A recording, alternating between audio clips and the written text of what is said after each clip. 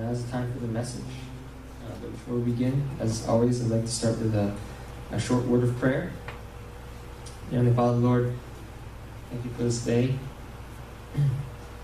I just pray, Lord, that as we look into your word, as we think about it, we meditate on it, we dwell on it, we concentrate on it, Lord, I pray, Lord, that you would speak to us with your Spirit, that you would deeply impact us with what you would want to tell us, Lord.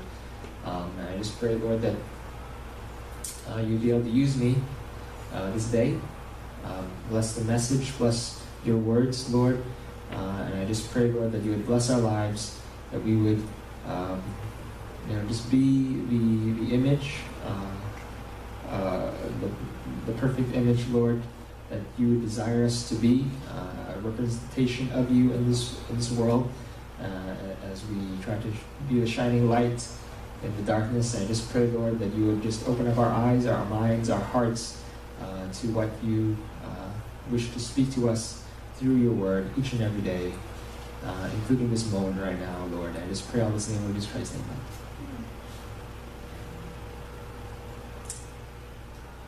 All right.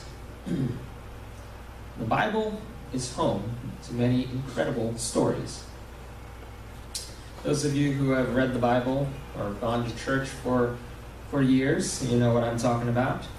All I have to do is say a name of a person in the Bible, and you can instantly associate that name with some incredible story. And just this morning we were watching a little bit of VeggieTales of Mo, right? And that Mo is supposed to be Moses, right? So Moses, he did some pretty incredible things.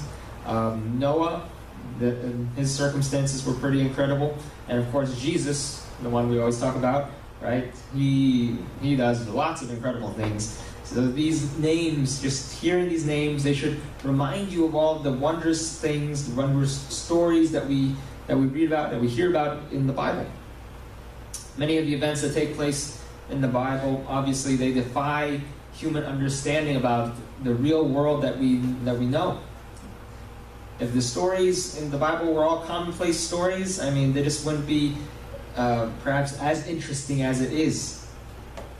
These stories are far from ordinary. You see people who are raised from the dead. You see sometimes thunder, fire, and hail just kind of fall from the sky. People can just stand in the middle of a fiery furnace and not get burned. Angels just appear out of thin air to deliver the messages of God. And as someone who has grown up reading these stories, and has grown up listening to these stories for years and years, I find them completely believable. I believe them. I don't doubt any of them for a second. But at the same time, when I think about these things, how amazing, how incredible, how maybe even strange they are, I also wonder if others can believe them. I know that not everyone can or will believe that these stories are true. There are people out there who don't believe in God, and so they will certainly call these stories myths and fairy tales. And even people who believe in God, there are some people who believe in God, but they read the Bible and they think, well, maybe this didn't really happen this way. This is just symbolism. So they might think that what we consider actual events, even the narration, the stories, they might think, oh, well, maybe they're just symbols. Things didn't really turn out the way they did. Today, I'm not going to turn my attention to these kinds of miracles, though. I want to talk about something else that's different in the Bible, that can also be hard to accept or understand for the people of this world. It's also the most important thing about the Bible. We're going to talk about what Jesus calls the greatest commandment. We're going to open up the Bible now to read this commandment. If you brought your Bibles, you can also follow along. This is found in Mark 12, 28 to 34. If you just want to listen, that's fine too. And one of the scribes came up and heard them disputing with one another. And seeing that he answered them well, him being Jesus, he asked him, "Which commandment is the most important of all?" Jesus answered, "The most important is, 'Hear, O Israel, the Lord our God, the Lord is one, and you shall love the Lord your God with all your heart, with all your soul, and with all your mind, and with all your strength.' The second is this, 'You shall love your neighbor as yourself.' There is no other commandment greater than these." And the scribe said to him, "You are right, teacher. You have truly said that he is one, and there is no other besides him. And to love him with all the heart, with all the understanding, and with all the strength, and to love one neighbors as oneself is much more than all whole burnt offerings and sacrifices." And when Jesus saw that he answered wisely, he said to him, "You are not far from the kingdom of God." And after that, no one dared to ask him any more questions. In case some of you may not be all that familiar with the life of Jesus, I like to, just make sure we're all on the same page here. Let me give a bit of context as to what is happening here, because we kind of just jump into the middle of the chapter. Jesus' ministry, it was often hounded by the Jewish religious leaders. In the time when the nation of Israel was under the control of the Roman Empire, the people turned to their religious leaders for guidance. The Jews weren't under the rule of their own people. They were the subjects of foreigners, of pagans who did not know God. So of course, they can't really feel the absolute desire to obey the ones that are actually over them, their government. They wanted to obey more of those who, were their own leaders. And so their leaders were the religious leaders. This is what they felt were the authority that was over them, generally speaking. It was the Pharisees, the Sadducees, the teachers of the law. These kind of religious leaders were the ones with the authority over the common people. But they felt that their authority was threatened by Jesus. Now, as a result, they would test Jesus with questions. Or sometimes, as we saw here, we see that they were in the middle of a dispute, so they would sometimes try to argue with him. Because, he was arguing with the Sadducees. Sadducees, they didn't believe in the resurrection, and so they were talking about the resurrection. And Jesus gave them a good answer about how we should view the resurrection. And then one guy hears this dispute, this scribe, not named or anything. It just says the scribe came up to him and just asks him this question. Obviously, it's not a question that he's looking for an answer to. He's, in a way, also testing Jesus in his own way. He wanted to see if Jesus is on the same page as him, if they have the same beliefs about God. So he asked Jesus a question. But it's a question that belongs to the foundation of their faith in the Scriptures. He asked Jesus this: "Which commandment is the most important of all?" In other words, which commandment is the greatest? Now there's an interesting question, but it's also a question that we don't usually or normally think about. For as long as I've been teaching Sunday school, this is a question that I do sometimes like to ask. I'm sure I've asked all of you this question, and people who aren't familiar with the Bible, they may scratch their heads on this one. That's because it's not something, like I said, when we talk about the Bible, we're usually just interested in what pertains to our lives. We wonder about questions like, do we really have to go to church? Do we have to be baptized in order to go to heaven? Sometimes you come here and you're like, oh, this baptism thing, everyone's pushing me to be baptized. Do I need to be baptized? Is it okay to get a divorce? That's a controversial, difficult issue that people struggle with. Why do some prayers not get answered? You pray for a lot of things and not everything happens. Is it okay, to marry or have a relationship with someone who's not a Christian? We want to know answers to questions that that are relevant to us. We want to know what's in it for us. Sometimes we just want to know how the Bible can solve the problems that we face, the difficulties that we face in this life. Maybe make our lives better. Maybe make it more fulfilling. Or maybe, if we know the Bible is about getting to heaven, right? A lot of people come to church because they're worried about death. They're worried about what's going to happen when they die. And so they want to know, how do I get to heaven?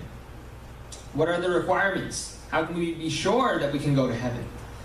These are the types of questions that people are usually concerned about. These are the types of questions that people might come to church for. But people don't usually come to church to know what's the greatest commandment in the Bible. People don't usually stop to wonder what's the greatest commandment. And so most of the time, when I ask people this question for the very first time, they hear this question and they're just not sure how to respond. They have a puzzled look on their faces because it's not something maybe people have asked them before. It's not something they have wondered about on their own. But after they learn this story, after they learn this commandment, what Jesus says is the greatest commandment, and I ask them a second time, maybe even far into the future, they will usually remember. It's not the type of question most of us would think about. But like I said, once we learn the answer to it, we will remember it forever. On one hand, I think we can easily remember that this is the greatest commandment, because it makes sense, not just because it's also simply the first commandment. Yet, on the other hand, I think this commandment is so memorable as to why it's the greatest, because it's also so strange. I've talked about these verses in the past, and whenever we talk about it, we tend to jump over to the second part. I like to usually focus on the second part, which is, as Jesus says, technically the second greatest commandment, not the first. And the second commandment, the greatest commandment, is to love your neighbor as yourself. That one is hard to do, right? It's very easy to understand, though. Treat others as you would prefer to be treated. Show goodness, kindness, and compassion to everyone around you, and you do that also in hopes that they would do the same to you. Now, of course, it can be hard to do. Yes, it can be. At the same time, though, we actually have an idea of how to show, love to others. We have an idea of how to love others as ourselves. Jesus even goes on, in case anyone's confused, well, Jesus explains this commandment with the story of the Good Samaritan that I'm sure you're all familiar with. Of course, we're not going to read it today, but that's just, another extension of, how easy it is for us to understand the second greatest commandment.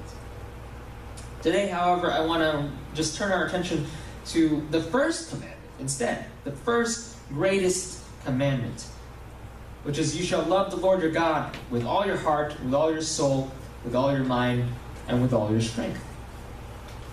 All your heart, all your soul, all your mind, all your strength. Everything you have, everything you are, with all of that, you are to love God. When this verse is read in church during a Bible study, or perhaps in Sunday school, I feel like people, just tend to focus on how much it demands of a person. When you see that kind of part, you read that whole verse, and the back part of that verse really just seems to be the highlight of the verse. There's a constant repetition of words to kind of catch your attention. It's kind of like expands on the idea of loving God. It's not just enough to love God, period. You have to love God with everything you have. There's an emphasis on the fullness on every part of us. It stresses just how far our love for God should go. Now we might see that there are two commandments and think that just because there are two, they are separate, they are different. But that's not the case. There's a reason why Jesus didn't stop at the greatest commandment. After all, what did the scribe ask for? The scribe didn't ask for what are the two greatest commandments. He only asked for what's the greatest commandment. So then why does Jesus, when when Jesus answers him, why doesn't he just stop at the greatest commandment? Why does he go a step further? Why does Jesus mention the second greatest when, it was not even part of the conversation? It's kind of strange, isn't it? Why would he do that? But we see that it works better in parallel. It shows the difference in how we are to love. Love your neighbor as yourself. Love your, fellow human as much as you love yourself. We are told to love others, other people, as much as we love ourselves because, generally speaking, we do love ourselves more than we love others. So this is a commandment to change our way of thinking, When we see something we want, we often take the priority. And most of the times we just do it without thinking. That's just in our nature, in our blood. People aren't always thinking to themselves, oh, I love myself. Or at least not everyone does. I don't know about a few of you. But generally speaking, we don't think that way. But even so, we instinctively care more for ourselves than we do for others. When it's time for lunch, right? And there's a line. You may prefer to line up faster and earlier than other people because you are hungry. If there's limited amount of food, maybe you can grab more food first. Maybe you can get the better pick. But this means that someone else, anyone else who comes after you, they're going to have maybe less food available. They're going to have maybe the food that doesn't look as nice, right? Someone will be, for you to do what you did, someone else will be at a disadvantage. When it's time for a limited sale, you will be quick on the trigger. You see a sale, you want to go for it fast. It's limited. But because you went for that sale, that limited sale, there will be people who will miss out on it because you went first. When you're applying for a job that you want, you are competing against other people. And who knows? Maybe the other people that you're competing against, maybe they desperately need the job much more than you. But as long as you can get the job, who cares about their circumstances? Right? This is our way of loving ourselves. We do it for ourselves.